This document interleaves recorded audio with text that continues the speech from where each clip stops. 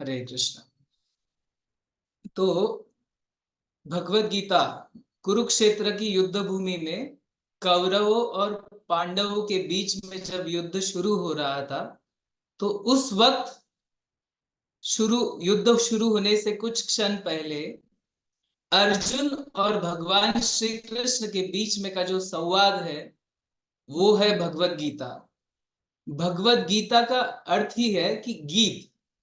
भगवत गीता मतलब भगवान ने गाया हुआ गीत, इसीलिए इसका नाम है भगवत गीता। तो जैसा कि आप लोग स्क्रीन पे देख रहे हैं, दो दो पार्टीज है। एक है कौरवों की पार्टी और दूसरी है पांडवों की पार्टी। और दोनों के बीच में भगवान श्री कृष्ण रथ पे सवार है और अर्जुन उन्हें उन्हें कुछ प्रश्न कह रहे हैं। तो ये जो प्रश्न उत्तर है, इसे भगवत गीता का नाम दिया गया है। टोटल 700 श्लोक है भगवत गीता में। और जो कोई यह भगवत गीता भगवान श्री कृष्ण और अर्जुन के बीच में के संवाद को सुनता है, उसे समझने की जिज्ञासा करता है, उसे समझने की इच्छा रखता है, भगवान उसके बारे में क्या कहते हैं भगवत गीता में, पहले हम ये देखेंगे। श्रीमद् भगवत गीता अध्याय 18वां श्लोक संख्या 70। भगवान क्या कह रहे हैं? अध्येशते च य इमं धर्म्यं संवादमावयोः ज्ञान यज्ञेन तेनाहम् इष्टः स्यामिति मे मतिः। भगवान अर्जुन को कह रहे हैं कि हे अर्जुन, और मैं अभी यह घोषणा करता हूं कि जो हमारे इस पवित्र वार्तालाप का अध्ययन करता है, वह हाँ। अपनी से मेरी पूजा करता है। कोई अनम्यूट मत कीजिए बीच में। तो भगवान कह रहे हैं, ये कहा पूरा भगवत गीता कंप्लीट होने के बाद 18वें अध्याय के 70वें श्लोक में भगवान कह रहे हैं कि मैं यह घोषणा करता हूं कि जो भी इस पवित्र वार्तालाप को, मतलब ये भगवत गीता जो भगवान और अर्जुन के बीच में जो वार्तालाप हुआ, उसका अध्ययन करता है, तो वह अपनी पूरी बुद्धि से मेरी पूजा करता है। तो अध्ययन करने वाला वास्तविकता में भगवान की पूजा करता है या भगवान को सर्वस्व समर्पित करता है। तो आगे चल के हम देखेंगे। तो भगवत गीता में जैसा कि हमने कल देखा कि भगवत गीता में 5 प्रमुख विषय है। 5 प्रमुख विषयों पर चर्चा हुई है भगवत गीता में। तो पहला है कर्म। कर्म मतलब एक्शंस। दूसरा है काल, समय, टाइम, यह कैसे कार्य करता है। तीसरा है ईश्वर। ईश्वर मतलब जो नियंता होते हैं, परम नियंता, कंट्रोलर, उनके बारे में। चौथा होता है जीव तत्व, सोल, आत्मा, जो कल हमने देखा, वो जीव तत्व के बारे में देखा। और पांचवा है प्रकृति। प्रकृति माने यह मटेरियल वर्ल्ड या भौतिक जगत, जिसे प्रकृति कहा जाता है। तो इन 5 चीजों पर, इन 5 विषयों पर श्रीमद् भगवत गीता में चर्चा हुई है। कर्म, काल, ईश्वर, प्रकृति और जीव। तो जैसा कि कल के सत्र में हमने देखा, जीव तत्व क्या है, आत्मा क्या होता है, और हमने अलग अलग प्रकार से समझा भी कि कैसे हम शरीर ना होके आत्मा है। तो आज के सत्र में हम इन 5 चीजों के बारे में थोड़ा शॉर्ट में देखेंगे। मतलब भगवत गीता एक्चुअल में इसेंस क्या है भगवत गीता का, सारांश क्या है भगवत गीता का, वो हम आज के सत्र में देखेंगे। तो पहली चीज कि श्रीमद् भगवत गीता में यह 5 विषयों पर चर्चा हुई है, ईश्वर, प्रकृति, जीव, काल और कर्म। तो यह कैसे कार्य करता है, आगे के स्लाइड में हम लोग देखेंगे कि जैसे ये देखिए, ये 5 मुख्य विषय है भगवत गीता के। अभी ईश्वर और प्रकृति, ईश्वर और जीव, इनके बीच में कंट्रोल कौन कर रहा है, तो काल, समय कंट्रोल कर रहा है। जैसे ईश्वर की प्रकृति है, जीव भी ईश्वर के है, लेकिन अधीन किसके है, समय के अधीन।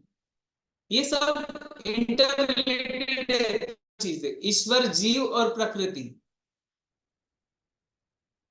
भगवान की शक्ति है जीव तत्व और प्रकृति भी, लेकिन इनको कंट्रोल में कौन रखता है, समय, काल।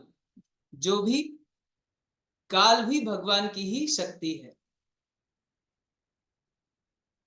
और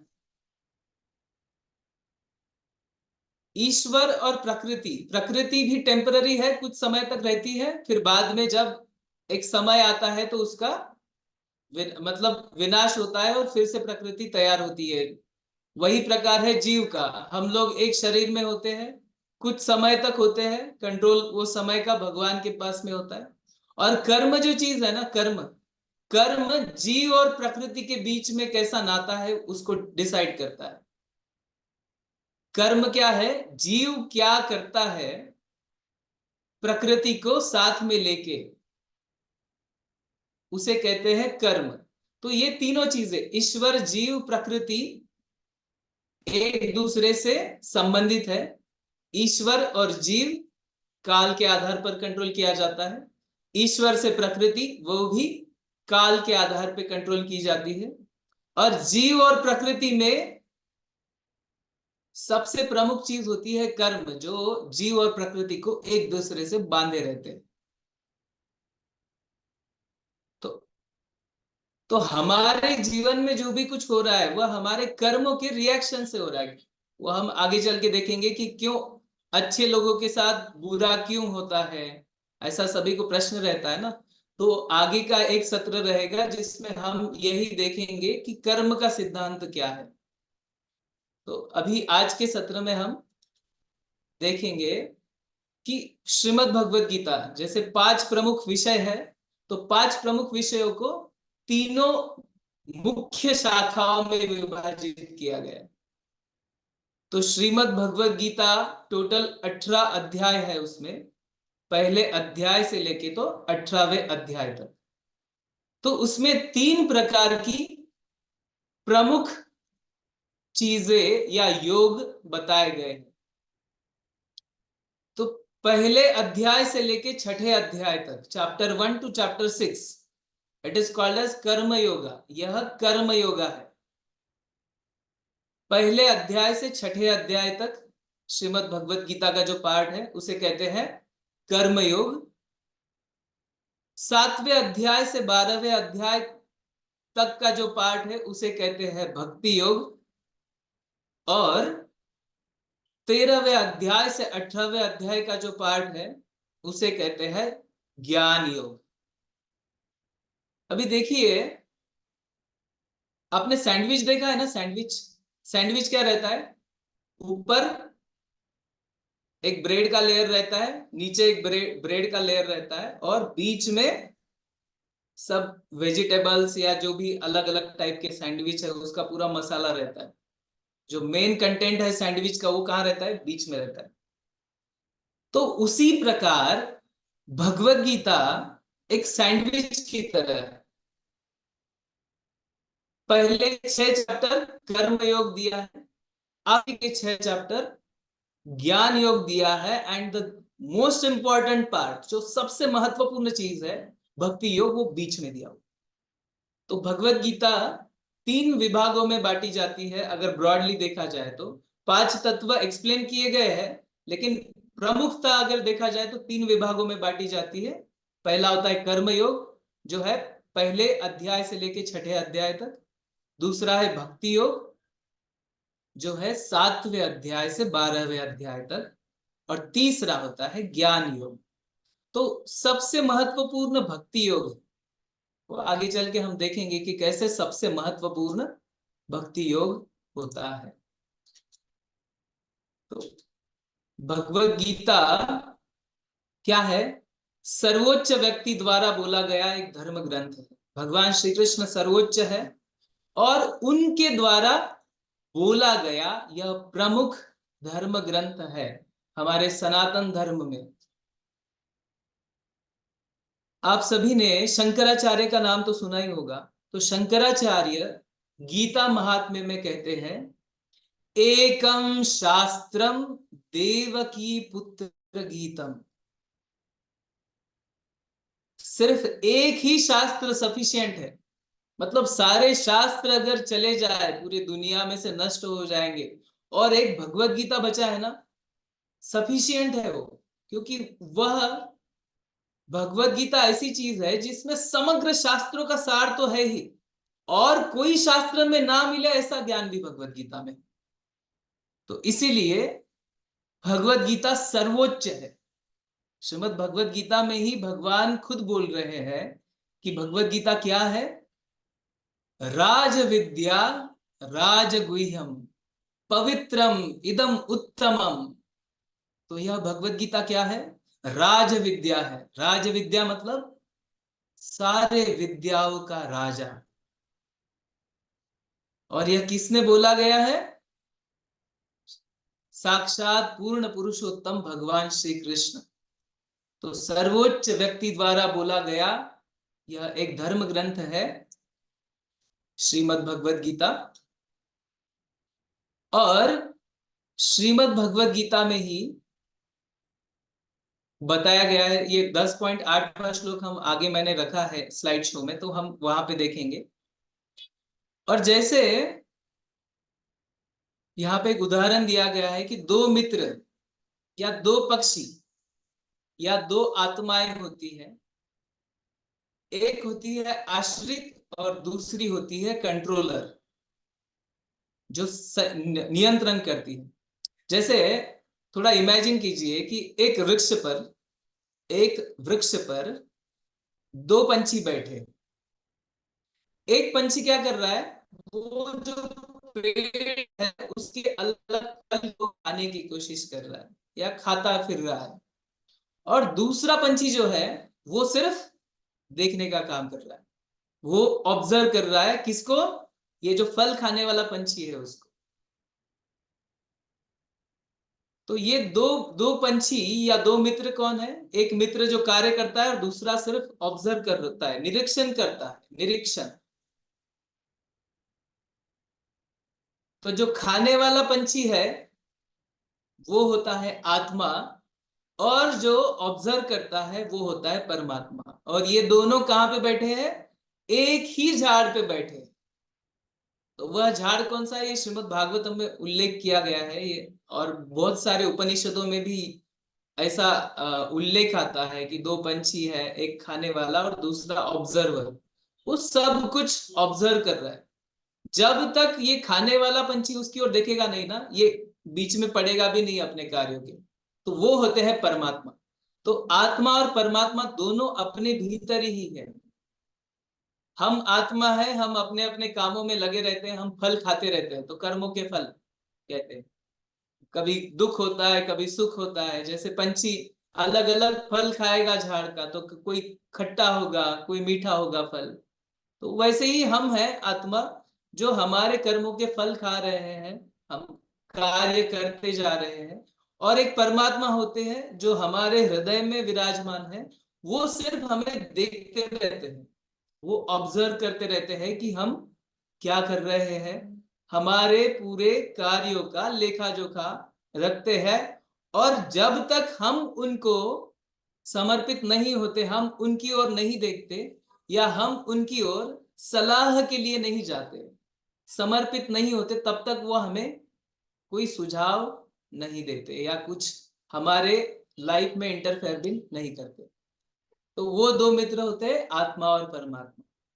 फिर श्रीमद् भगवत गीता में योग के 3 मुख्य विभाग है, कर्म योग, भक्ति योग और ज्ञान योग, जो पहली स्लाइड में हमने देखा। फिर श्रीमद् भगवत गीता को जीवन में उतारने के 4 फायदे हैं। सबसे पहला फायदा है कि ऐश्वर्य बढ़ेगा। ऐश्वर्य बढ़ेगा, श्रीमद् भगवत गीता में ही बोला है। पहला श्लोक है, धृतराष्ट्र कहता है कि धर्म क्षेत्रे कुरुक्षेत्रे समवेता युयुत्सवः मामकाः पांडवाश्चैव किम अकुर्वत संजय। संजय से धृतराष्ट्र पूछ रहे हैं कि धर्मभूमि कुरुक्षेत्र में मेरे तथा पांडवों के पुत्रों ने एकत्रित होकर, किस लिए एकत्रित हुए थे? युद्ध की कामना से एकत्रित होकर। धर्मभूमि कुरुक्षेत्र में एकत्रित होकर उन्होंने क्या किया? तो यह प्रश्न पूछा धृतराष्ट्र ने उनके सलाहकार संजय से। संजय को दिव्य दृष्टि थी, इसलिए वो देख पाता था धृतराष्ट्र के महल में बैठ के कुरुक्षेत्र में क्या हो रहा है।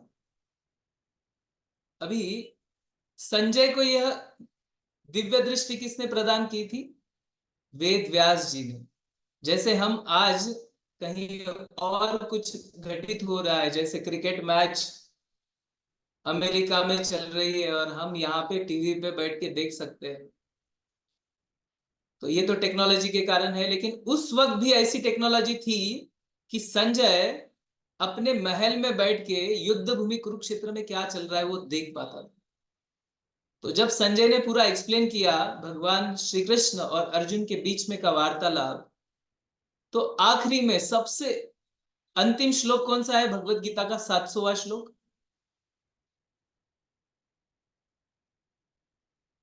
यत्र योगेश्वरा कृष्ण यत्र पार्थो धनुर्धरा तत्र श्री विजयोर्भूतिर ध्रुवा नीतिर्मतिर्ममा।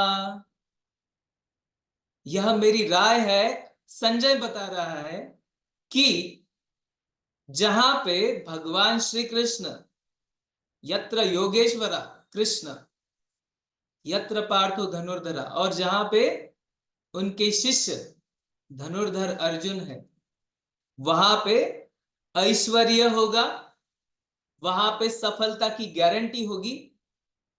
और जो इस भगवत गीता को जीवन में उतारेगा वह सभी जीवों पर या अपने अपने क्षेत्र में प्रभावशाली व्यक्ति बनेगा, साथ में नीति भी होगी, नैतिकता भी होगी। तो यह फायदे हैं श्रीमद् भगवत गीता को जीवन में उतारने के। फिर श्रीमद् भगवत गीता के 5 मुख्य विषय हैं, ईश्वर, काल, प्रकृति, जीव और कर्म।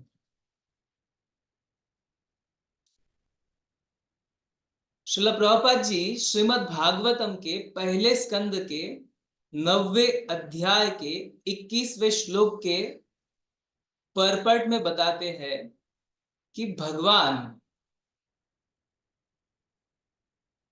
वह परमात्मा, जो परमात्मा है वह भगवान, जो सर्वोच्च मार्गदर्शन के रूप में हर किसी में मौजूद है, और इसलिए वह पहले से ही सभी जीवित प्राणियों के रथ चालक और सलाहकार है। जैसा भगवत गीता जिनके पास है, उन्होंने भगवत गीता में ऊपर के कवर पे ही फोटो देखा होगा। क्या है? भगवान और अर्जुन रथ पे विराजमान है, और भगवान ने क्या रोल लिया है? रथ के चालक का रोल लिया है। और वही भगवान सलाहकार भी बने हैं, गाइड भी बने हैं, है कि नहीं? तो प्रभुपाद जी कह रहे हैं कि परमात्मा के रूप में हर किसी के हृदय में भगवान विराजमान है, और वह सर्वोच्च मार्गदर्शन भी हर किसी को दे सकते हैं। इसलिए वह पहले से ही प्रत्येक जीव के रथ के चालक भी है और सलाहकार भी है। मतलब हमारे जीवन को चलाने वाले भी, हमारे भी मार्गदर्शक और हमारे रथ को चलाने वाले भी भगवान ही है। बस हम उन्हें भूल गए हैं, या वह नाता हम स्थापित नहीं कर पाए। आगे प्रभुपाद जी कहते हैं कि इसलिए जब वह स्वयं को अर्जुन के रथ चालक के रूप में प्रदर्शित करते हैं, तो उनकी श्रेष्ठ स्थिति में कोई भी परिवर्तन नहीं होता है। यह भक्तिमय सेवा की शक्ति ही है जो उन्हें रथ चालक या दूत के रूप में प्रदर्शित करती है। देखिए बहुत महत्वपूर्ण है कि भगवान ने अर्जुन के सारथी का रूप भी ले लिया। भगवान, पर उनकी श्रेष्ठता में कभी कोई परिवर्तन नहीं होता है। भगवान भगवान ही रहते हैं, इवन दो वो अर्जुन का रथ चला रहे हो या पांडवों का दूत बन के कौरवों की सभा में शांति दूत बन के जाए, फिर भी भगवान श्री कृष्ण भगवान ही रहते हैं। उनकी श्रेष्ठता में कोई भी परिवर्तन नहीं होता। और वह क्यों किसी के रथ का चालक बनते हैं या किसी का दूत बनते हैं? किस आधार पे होता है? यह भक्तिमय सेवा की शक्ति ही है जो उन्हें रथ का चालक भी बनाती है और शांति दूत के रूप में प्रदर्शित करती है। तो किस आधार पे? भक्ति के आधार पे। भक्ति की शक्ति ही है जो भगवान को भी सेवा में लगाती है। भगवान रथ का चालक बनते हैं और दूत भी बनते हैं। तो हमें भी अगर हमारे जीवन में भगवान को सलाहकार के रूप में, मार्गदर्शक के रूप में और हमारे जीवन के चालक के रूप में अगर भगवान को स्थापित करना है तो हमें भक्ति के मार्ग से ही गुजरना पड़ेगा।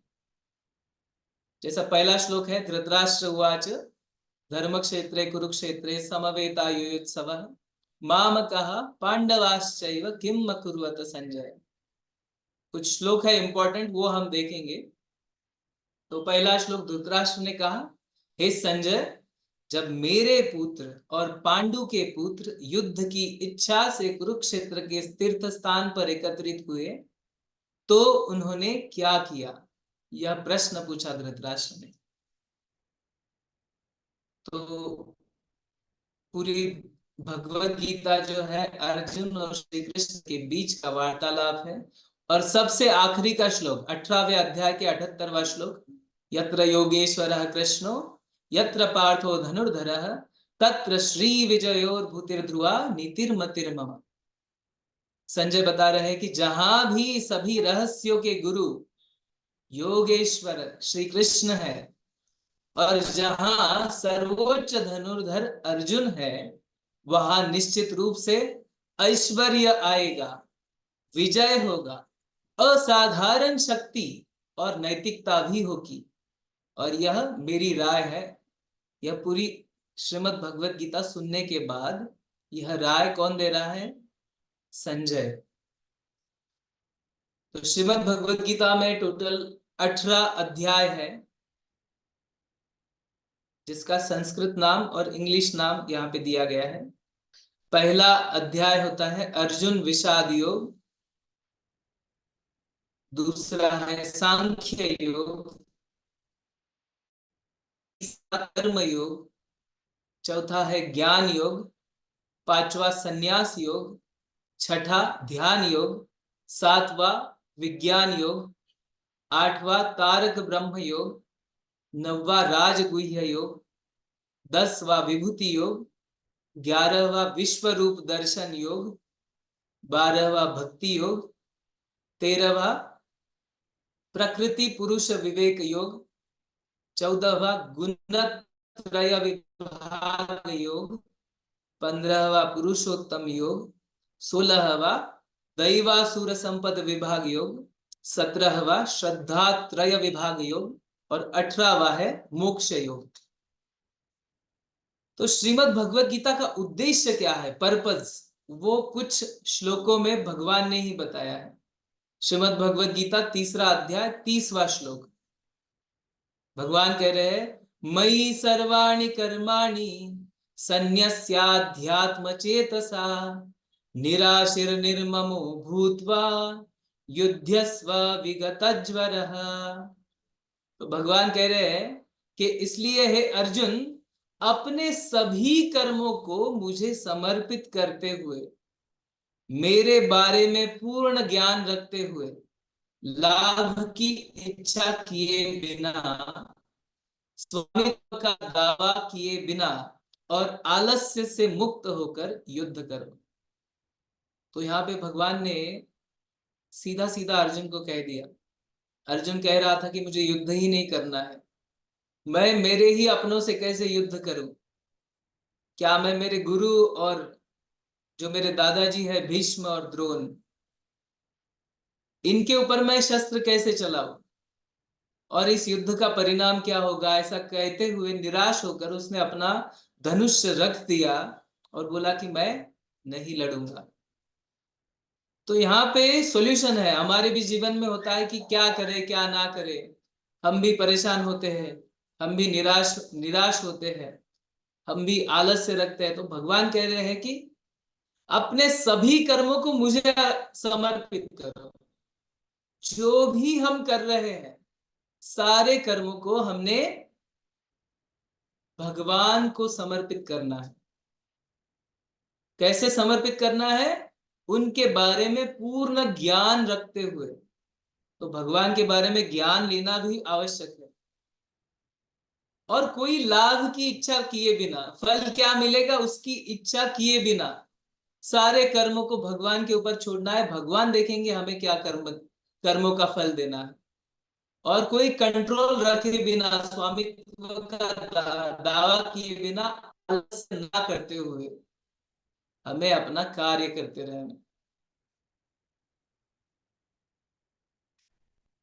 तो हमने देखा कि अर्जुन ने भगवत गीता सुनने के बाद कैसे संहार किया और विजय श्री हासिल की। तो श्रीमद् भगवत गीता में 10वें अध्याय के 8वां श्लोक से लेके 11वें श्लोक तक यह प्रमुख श्लोक है भगवत गीता के, जिसमें हम देख सकते हैं कि बीजारोपण कैसे होता है, भक्ति का बीज आरोपण कैसे होता है, और भक्ति की पूर्ण प्रोसेस क्या है। यह 4 श्लोकों के माध्यम से भगवान बता रहे हैं। तो इसमें 3 चीजें होती है। एक होता है संबंध। संबंध मतलब भगवान के साथ अपना संबंध बनाना, हमारा और भगवान का नाता क्या है यह जानना। दूसरा होता है अभिधेय। अभिधेय मतलब अभी संबंध बन गया तो उसके बाद क्या करना है, क्रिया क्या करनी है, भक्तिमय सेवा कैसे करनी है, वो होता है अभिधेय। और तीसरा होता है प्रयोजन। प्रयोजन मतलब आखिर में अपना उद्देश्य क्या है वह समझ लेना। तो ये 4 श्लोकों के माध्यम से भगवान ने बताया। तो पहला श्लोक है भगवत गीता 10वां अध्याय 8वां श्लोक। भगवान बता रहे हैं, अहम सर्वस्य प्रभवो मत्तः सर्वं प्रवर्तते इति मत्वा भजन्ते माम बुधा भाव समन्वितः। भगवान कह रहे हैं अहम सर्वस्य प्रभवो, मैं सभी आध्यात्मिक और भौतिक संसारों का स्रोत हूं। सब कुछ मुझी से निकलता है। जो बुद्धिमान इसे पूरी तरह से जानते हैं वे मेरी भक्ति में लगे रहते हैं और पूरे दिल से मेरी पूजा करते हैं। तो यह है संबंध। इस समग्र सृष्टि में जो कुछ है, भौतिक हो आध्यात्मिक हो, कुंड में वैकुंठ में, समग्र संसारों में जो कुछ है उसका सोर्स, स्रोत कौन है? भगवान कह रहे हैं कि मैं हूं, मतलब साक्षात भगवान इस समग्र सृष्टि के स्रोत है। सब कुछ उन्हीं से निकलता है। इस समग्र सृष्टि में जो कुछ देखेंगे ना वह भगवान की ही शक्ति मात्र है, भगवान ही उसके निर्माता है। और जो व्यक्ति बुद्धिमान होता है और जो बुद्धि का इस्तेमाल करके यह जानता है कि भगवान ही समग्र सृष्टि के स्रोत है, तो वह व्यक्ति भगवान की भक्ति में लगता है और पूरे मन से भगवान की पूजा करने लगता है। तो यह जब कोई व्यक्ति यह जानता है कि भगवान श्री कृष्ण सर्व समग्र संसार के स्रोत है, सब कुछ उन्हीं से निकलता है। तो बुद्धिमानी से भगवान की भक्ति में लगते हैं और पूर्ण मन से भगवान की पूजा करते हैं, सेवा करते हैं। तो ये हुआ संबंध। हम भी भगवान से ही निकले हैं, तो हम भी भगवान के ही अंश हैं, बराबर है। तो हम भी भगवान के अंश हैं, तो हमारा कार्य क्या है? भगवान की सेवा करना। इसके लिए मैं एक उदाहरण देता हूं कि कैसे एक कोई बड़ी मशीन है, एक बड़ी मशीन है और उसका स्क्रू निकल गया, उसका स्क्रू निकल गया तो क्या होगा? वो स्क्रू कुछ काम का रहेगा कि अगर कचरे में गिर गया वो स्क्रू, बड़ी मशीन है, उसका स्क्रू निकल के कचरे में गिर गया तो उसका कुछ वैल्यू रहेगा? कुछ भी नहीं, वो कचरा बन जाएगा। लेकिन अगर वह स्क्रू वो मशीन से लगा हुआ है तो मशीन के सेवा में काम करेगा, तब उसकी कुछ वैल्यू है कि नहीं? कल हमने देखा था कि हमारे केश होते हैं, जब तक शरीर पे लगे हैं तब तक हमारी वैल्यू है। शरीर से निकल जाए और खाने में आ जाए तो खाना हम दूषित मानते हैं। नाखून इतने अच्छे अच्छे डेकोरेट करते हैं, क्या क्या करते हैं नाखूनों को, माताएं लोग करते हैं। तो वो नाखून जब तक शरीर पे लगा हुआ है, उंगलियों पे है, तब तक ही उसकी वैल्यू है। एक बार उसको कट कर देंगे ना तो उसको डस्टबिन में ही फेंकना पड़ता है। तो उसी प्रकार हम किसका अंश है? अभी यहाँ पे भगवान कह रहे हैं कि अहम सर्वस्य प्रभो मत्तः सर्वम प्रवर्तते। सब कुछ उन्हीं से निकलता है, तो हम भी उनके ही अंश मात्र है। और जैसा आत्मा तत्व हमने देखा, हर चीज में आत्मा है। हर जीवित वस्तु जो हमें दिखती है, एक तक, एक छोटी सी मछली से लेके तो वेल मछली तक, सभी मनुष्य, जीव, जलचर, पक पंछी, इन सभी में जो स्पुल्लिंग होता है आत्मा, वह सभी में विराजमान है और वह भगवान का अंश है। और सारी जो भगवान का अंश है उनकी उनका प्रमुख उद्देश्य भक्ति है भगवान की। तो जो बुद्धिमानी से यह जानता है वह भगवान की भक्ति में लगते हैं और पूर्ण हृदय से भगवान की पूजा करते हैं। देखिए यहाँ पे फोटो में दिख रहा है, यह है कारणोदक्षाई विष्णु। श्रीमद् भागवतम में उल्लेख आता है कि भगवान के एक एक रोम से, जैसे हमारे रोम से बाल निकलते हैं ना, एक एक रोम से, वैसे भगवान के एक एक रोम से एक एक ब्रह्मांड निकलता है। एक एक ब्रह्मांड निकलता है इस भौतिक जगत का। एक ब्रह्मांड कितना बड़ा है हम सोच भी नहीं सकते, हम अपनी कल्पना शक्ति को उतना दूर तक ले ही नहीं जा सकते। एक ब्रह्मांड कितना बड़ा है,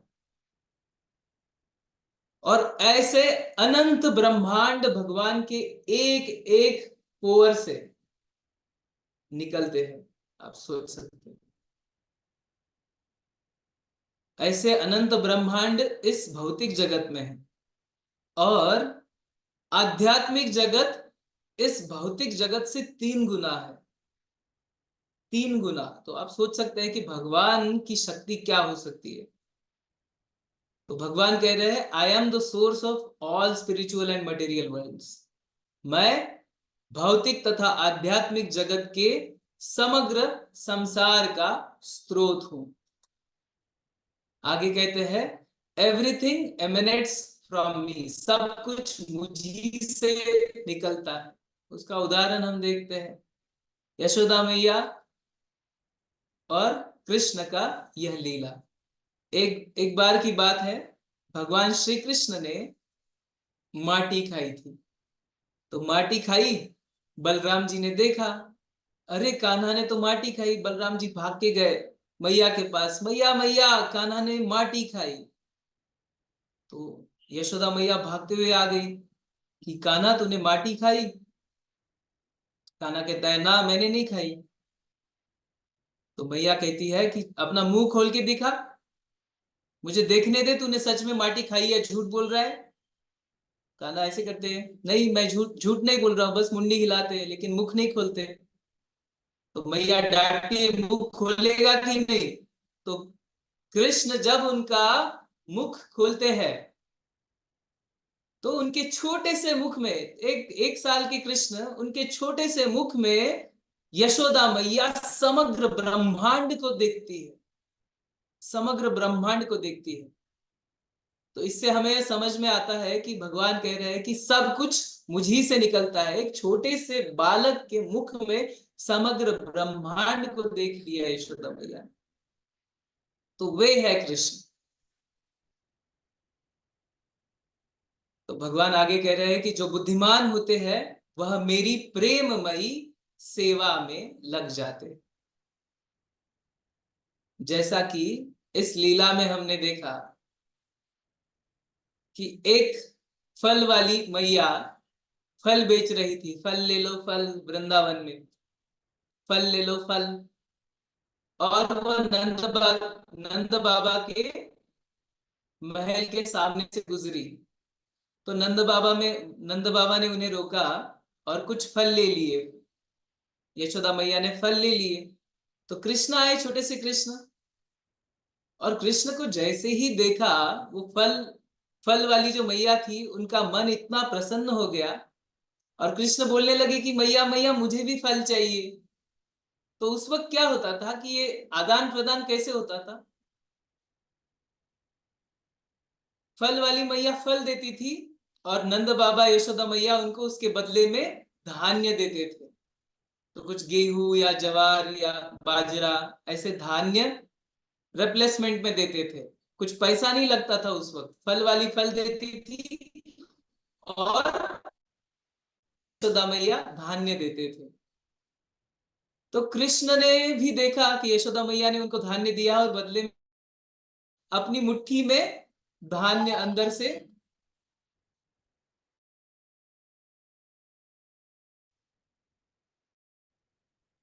और जब तक पहुंचने तक, हरे कृष्णा, मेरा आवाज सुनाई दे रहा है ना सबको? यस प्रभु। तो वो फल वाली मैया तक पहुंचने तक उनके हाथ में सिर्फ 2-3 दाने ही रहे। तो कृष्ण ने फल वाली मैया से पूछा कि मुझे भी फल चाहिए, और अपने हाथ में देखा तो 3 दाने बचे हैं गेहूं के। तो मैया ने कृष्ण की ओर देख के बोला कि उतने पर्याप्त है मेरे लिए, वो 3 दाने ही पर्याप्त है। तुम, तुम्हारे हाथ में जितना ज्यादा हो सके उतना फल दो। तो आप इस फोटो में देख रहे हैं कि मैया फल दे रही है। उसके जो जो अनाज का जो टोकरी था उसमें डाल दिए 3 दाने। और क्या हुआ? वो सारे के सारे अनाज हीरे जेवरात और बहुत मौल्यवान चीजों से भर गए। लेकिन वो फल वाली मैया, उसका ध्यान उस हीरे जवाहरात और उसके ऊपर भी नहीं थे। वो प्रसन्न थी बस भगवान की सेवा करने में। तो ये होता है जब बुद्धिमानी होती है तो बुद्धिमान व्यक्ति भगवान की सेवा में, प्रेममयी सेवा में ज्यादा रत रहता है। और इसके आगे वाली कथा एक महाराज बता रहे थे, हमारे हमारे महाराज बता रहे थे कि जब वो फल वाली मैया वहां से निकली ना, तो उसके मन में, उसको पता ही नहीं कि ये हीरे जवाहरात वगैरह बन गए, इतना मौल्यवान चीज बन गई उसके टोकरी में। वो गई, उसने पूरा वो जो टोकरी अपने सिर पे उठाया, उसको पता ही नहीं इसमें क्या है क्या है क्या नहीं। वो तो बस भगवान के भाव में मग्न हो गई, भगवान की सुंदरता को याद करने लगी और भगवान का नाम पुकारते पुकारते ऐसे निकल गई। और उसने जंगल में वापस फल लाने के लिए ये जो टोकरी भरा हुआ था ना पूरे मौल्यवान चीजों का, वो डाल दिया मिट्टी में, और फल जोड़ के और फल तोड़ के भगवान श्री कृष्ण के लिए ला दी। तो ये होता है, जो बुद्धिमान होते हैं वो भगवान की सेवा में ज्यादा समय व्यतीत करते हैं और उनके लिए भगवान की सेवा ही सर्वोपरि होती है। तो इस स्टोरी से हमने यह देखा, और भगवान कह रहे हैं कि जो बुद्धिमान होते हैं वह मेरी पूजा करते हैं पूर्ण हृदय से। तो भक्त लोग, भक्त समाज में भगवान की सेवा करने का और भगवान की पूजा अर्चना करने का महत्व रखते हैं, जिसके कारण वह खुद भी प्रसन्न होते हैं और भगवान को भी प्रसन्न कर पाते। तो हमारे अंतरराष्ट्रीय कृष्ण भावनामृत संघ में आप देख सकते हैं कि 800 के करीब मंदिर है, और मंदिरों में विग्रह, बहुत सुंदर सुंदर विग्रह स्थापित है, और वहां पे हर दिन सुबह 4:30 बजे से रात को 9 बजे तक अलग अलग सेवाएं होती है, भगवान की पूजा अर्चना होती है। और हमारे जो भी भक्त है वह हर अपने अपने घर में भी कुछ छोटे लड्डू गोपाल होते हैं, या किसी के घर में जगन्नाथ बलदेव सुभद्रा मैया होती है, या किसी के घर में गौर निताई होते हैं, तो इन विग्रहों की सेवा करते हैं, इन विग्रहों की पूजा करते हैं। फिर अगला श्लोक, अभी ये संबंध अभिधेय, अभिधेय मतलब रिश्ता क्या है।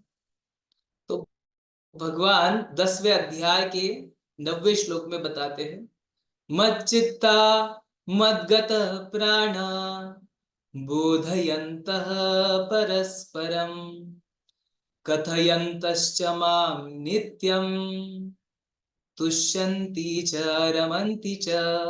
अभी भक्त क्या करते हैं, मेरे भक्तों के विचार मुझ में निवास करते हैं।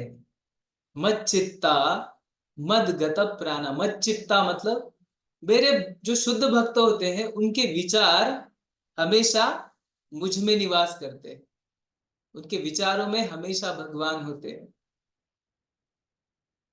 उनका जीवन पूरी तरह मेरी सेवा के लिए समर्पित है। मदगत प्राणा, और वे हमेशा एक दूसरे को प्रबुद्ध करने और मेरे बारे में बातचीत करने से बहुत अधिक संतुष्टि और आनंद प्राप्त करते हैं। तो देखिए यहाँ पे भगवान कह रहे हैं कि जो मेरे, अभी क्या करना चाहिए भगवान को प्रसन्न करने के लिए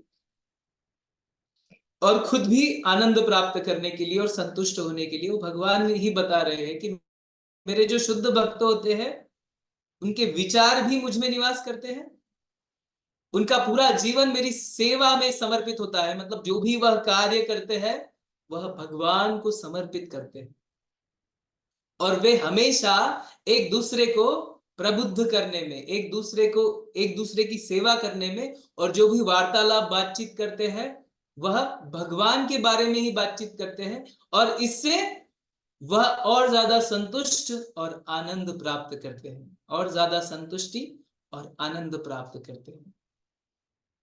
अभी हमने देखा कि भौतिक जगत में सब कुछ, कोई निराश है, कोई डिप्रेशन में है, कोई किसी व्याधि से, कोई किसी परेशानी से हमेशा जूझता रहता, लेकिन जो भक्त होते हैं ना वही आपको प्रसन्न दिखेंगे।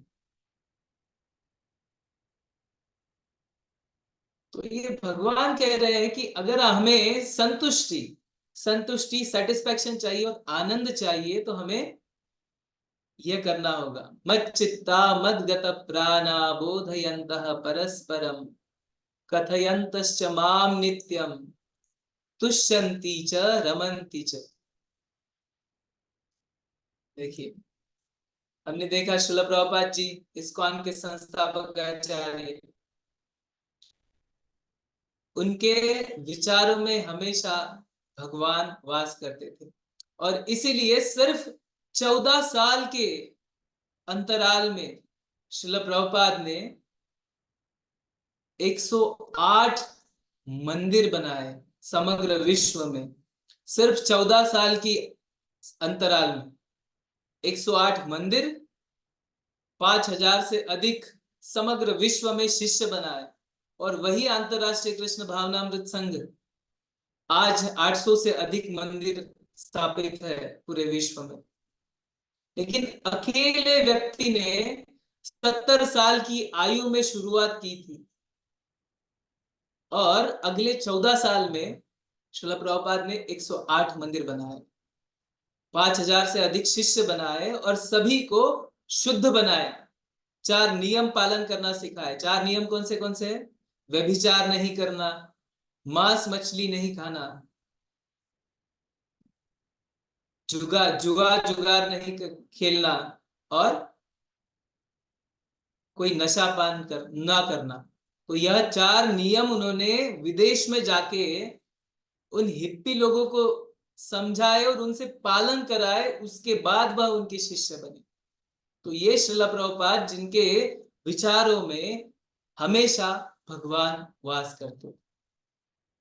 दूसरा उदाहरण हम देख सकते हैं हनुमान जी। हनुमान जी हमेशा जय श्री राम, राम नाम का गुणगान करते रहते, हमेशा अविरत। हनुमान जी कभी रुकते ही नहीं है राम नाम लेने का। युद्ध भी कर रहे थे ना, जब रावण के साथ युद्ध चल रहा था तब भी इनका राम नाम कंटिन्यूअस चल रहा था। जब सोते भी हनुमान जी राम नाम कंटिन्यूअस चलता है। तो ये होते शुद्ध भक्त भगवान के।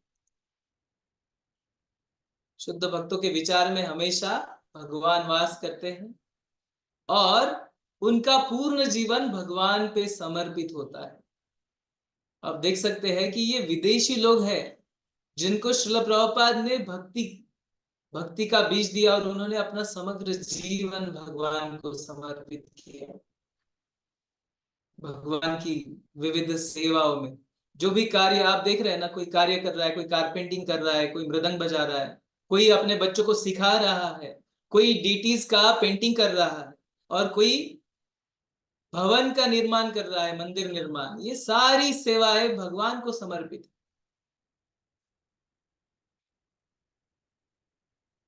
और भगवान कहते हैं कि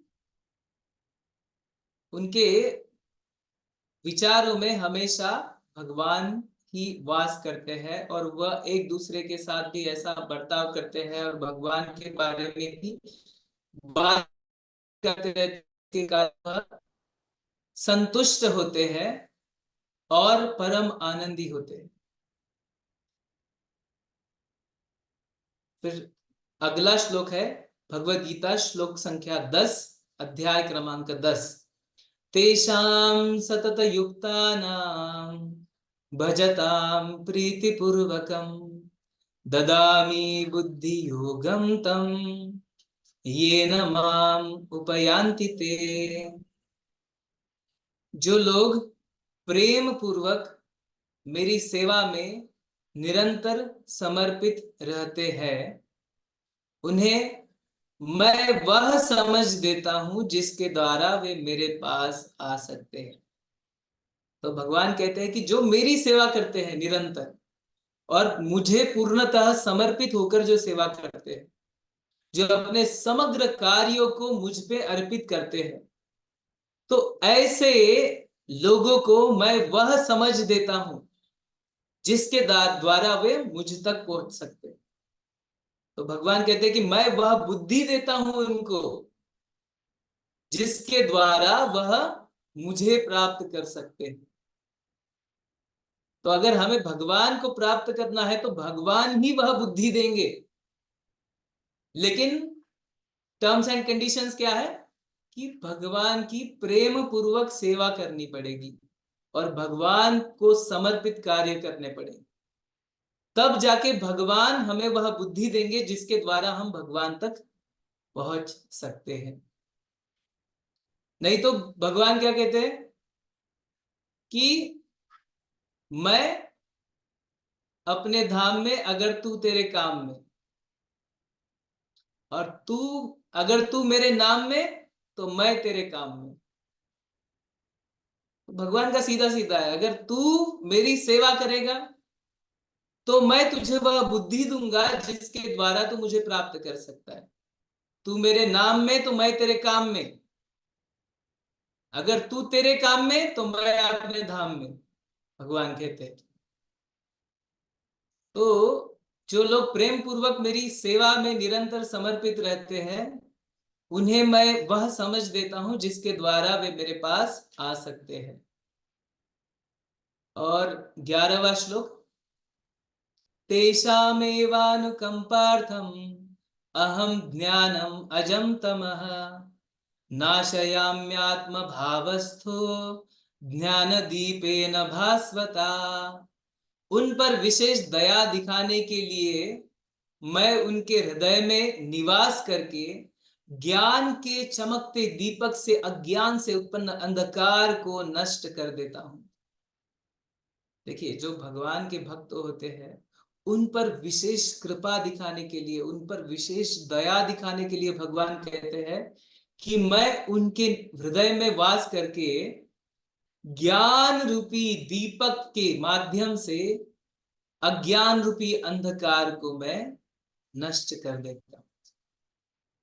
देखिए, भगवान हमारी सहायता करने के लिए रेडी है, बस हमें क्या करना है? भगवान की प्रेममयी सेवा में लगना है। तो भगवान कह रहे हैं कि जो मुझे पूर्णतः समर्पित होते हैं, जो प्रेमा भक्ति करते हैं और प्रेममयी सेवा करते हैं, मैं उन्हें वह समझ देता हूं जिनके द्वारा वो मुझ तक आ सके।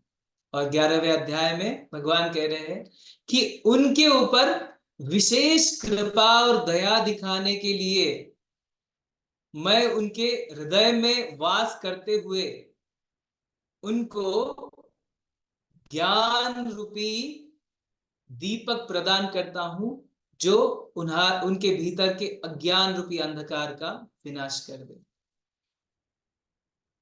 और भगवत गीता के 11वें अध्याय के 55वें श्लोक में भगवान कहते हैं, मत कर्म कृत मत परमो मद भक्तः संग वर्जितः निर्वैरः सर्वभूतेषु यह स मामेति पांडव। भगवान कह रहे हैं कि हे प्रिय अर्जुन, जो शुद्ध भक्ति में संलग्न है, सकाम कर्मों और मानसिक चिंतन के प्रदूषण से मुक्त है, जो मेरे लिए काम करता है, जो मुझे अपने जीवन का सर्वोच्च लक्ष्य बनाता है और जो हर जीवित प्राणी के प्रति मित्रवत है, वह निश्चित रूप से मेरे पास आता है।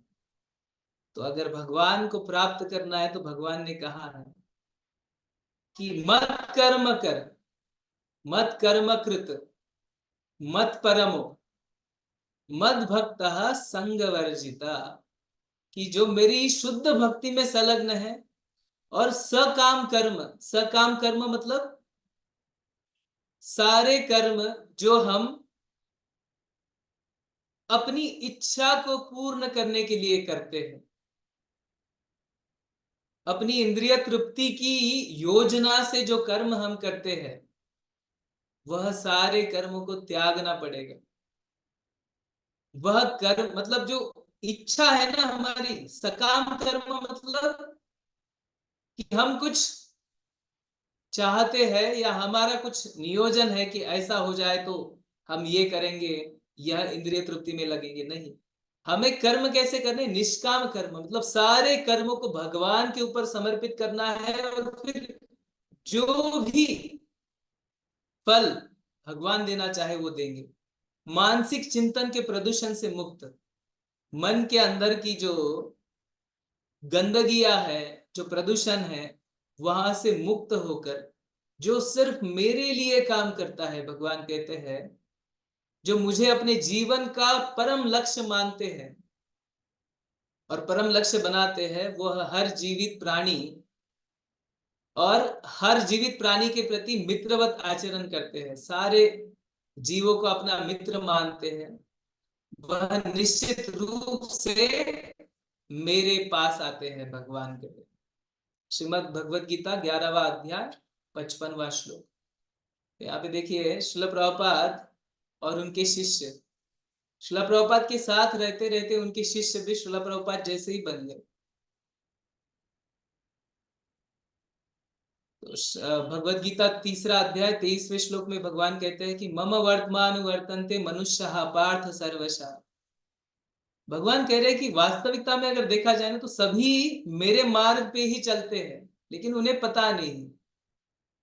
Everyone follows my path in all respects, O son of Pritha। और 18वें अध्याय के 47वें श्लोक में भी भगवान कह रहे हैं कि श्रेयान स्वधर्मो विगुणः परधर्मात् स्वनुष्ठितात्। तो हमने किसी दूसरे के व्यवसाय को स्वीकार करने की या दूसरे के कर्मों को स्वीकार करने की और उसे पूर्णता से परफेक्शन के साथ करने की तुलना में अगर हम स्वयं के कर्म में संलग्न रहेंगे, भले ही परिपूर्णता ना हो तो भी अच्छा है। तो भगवान कह रहे तो हम जो हमारी कर्मों में लगे हुए हैं, हमारे जो जीवन में हम जो भी कुछ कार्य करते हैं, जहां भी जॉब करते हैं, हमारे परिवार में हमारा कुछ कर्तव्य होता है, हमारे मित्र समाज में जो भी हमारा कुछ कर्तव्य होता है जिसके लिए हम कार्य करते हैं, वह सभी हमने करते रहना है, कुछ छोड़ना नहीं है। भगवान कह रहे हैं कि अगर हम हमारे स्वयं के व्यवसाय में, हमारे स्वयं के कार्य में संलग्न रहेंगे ना, भले ही अपूर्णता से हो, बेहतर है। हम जंगल में जाके तपस्वी तो नहीं बन सकते, तो जहां भी हम हमारे कार्य कर रहे हैं उसी में रहना है, वही कार्य करने हैं, बस भगवान को समर्पित करके। वही भगवत गीता के 18वें अध्याय के 65वें श्लोक में भगवान कह रहे हैं, ये इसेंस है भगवत गीता का। मन मना भव मद भक्तो मद्याजी माम नमस्कुरु मामे वैश्यसि सत्यम ते प्रति जाने प्रियोसि में। भगवान कह रहे सतत मेरे बारे में सोचो, मेरे भक्त बनो, मेरी पूजा करो और मुझे अपनी श्रद्धांजलि अर्पित करो। इस प्रकार तुम निस्संदेह मेरे पास आओगे। मैं तुमसे यह वादा करता हूं कि क्योंकि तुम मेरे बहुत प्यारे दोस्त हो। तो यहाँ पे देखिए भगवान कह रहे हैं कि तुम मन मना भव मद भक्तो। मन मना भव मतलब मेरे बारे में सोचो, मेरे भक्त बनो, मुझे नमस्कार करो, मेरी पूजा करो। करेक्ट। अब मुझे अपनी श्रद्धांजलि अर्पित करो। इस प्रकार तुम निस्संदेह मेरे पास आओगे। और ये मैं क्यों बता रहा हूं, यह मैं वादा क्यों कर रहा हूं, प्रति जाने प्रियोसी में, क्योंकि तुम मेरे प्यारे दोस्त हो। तुम मेरे, मैं यह बता रहा हूं, यही करना है जो अर्जुन को भगवान ने बताया ना। हमें सदैव भगवान के बारे में सोचना चाहिए, इसके लिए विधि दी है। श्रवणम कीर्तनम, शुरुआत ही होती है श्रवण करने से। जो हम भगवत गीता अभी सुन रहे हैं, यह भी भगवान के बारे में सोचना है। कीर्तनम मतलब भक्तों के संग में आके भगवान के नाम का जप करें, भगवान के नाम का संकीर्तन करें।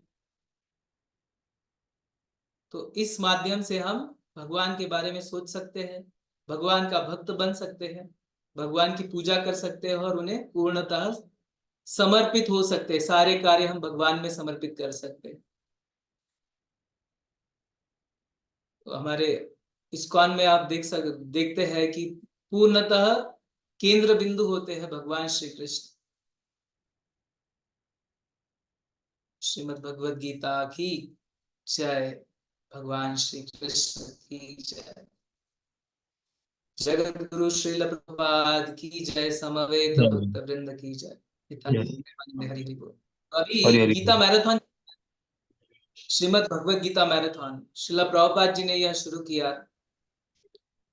श्रीमद् भगवद गीता जो हमारे तक पहुंचा है, ये जो दिव्य ज्ञान, वह समग्र विश्व में जो इनसे वंचित है, इस राज विद्या से जो वंचित है, वहां तक भी पहुंचे, हर व्यक्ति तक यह भगवत गीता पहुंचे। इसलिए गीता जयंती का जो महीना होता है ना, दिसंबर महीना, दिसंबर महीने में भगवत गीता मैराथन मतलब भगवत गीता का जो ग्रंथ है उसको वितरण किया जाता है समग्र विश्व में। तो आप सभी से अनुरोध है कि आप भी इस ग्रंथ वितरण में भाग लीजिए। आपके खुद से जितना हो सकता है उतना ग्रंथ वितरण कीजिए।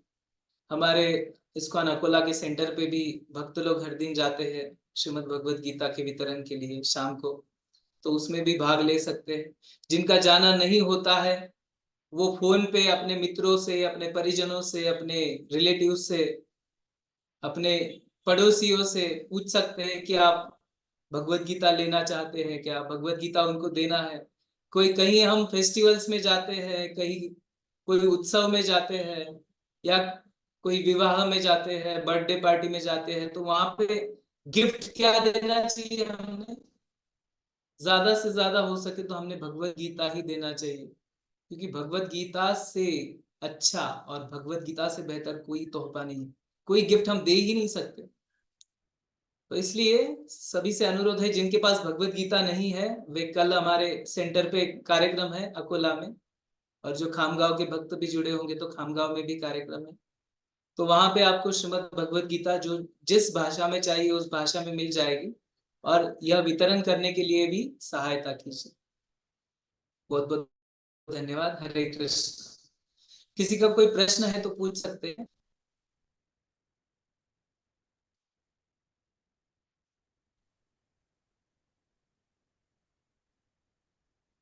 किसी को कोई प्रश्न है तो आप चैट बॉक्स में भी डाल सकते हो।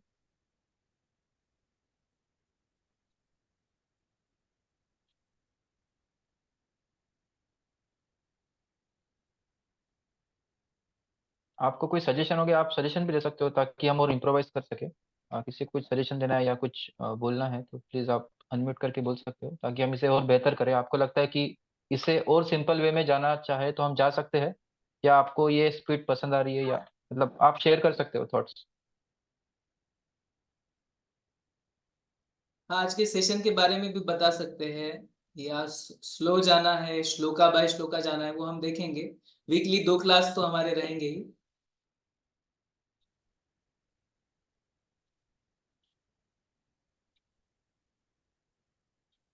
ठीक है फिर। बहुत बहुत धन्यवाद सभी का। अनंत कोटि वैष्णव वृंद की जय। शिल प्रभुपाद की जय। नित्यानंद प्रेमानंदे हरि हरि बोल।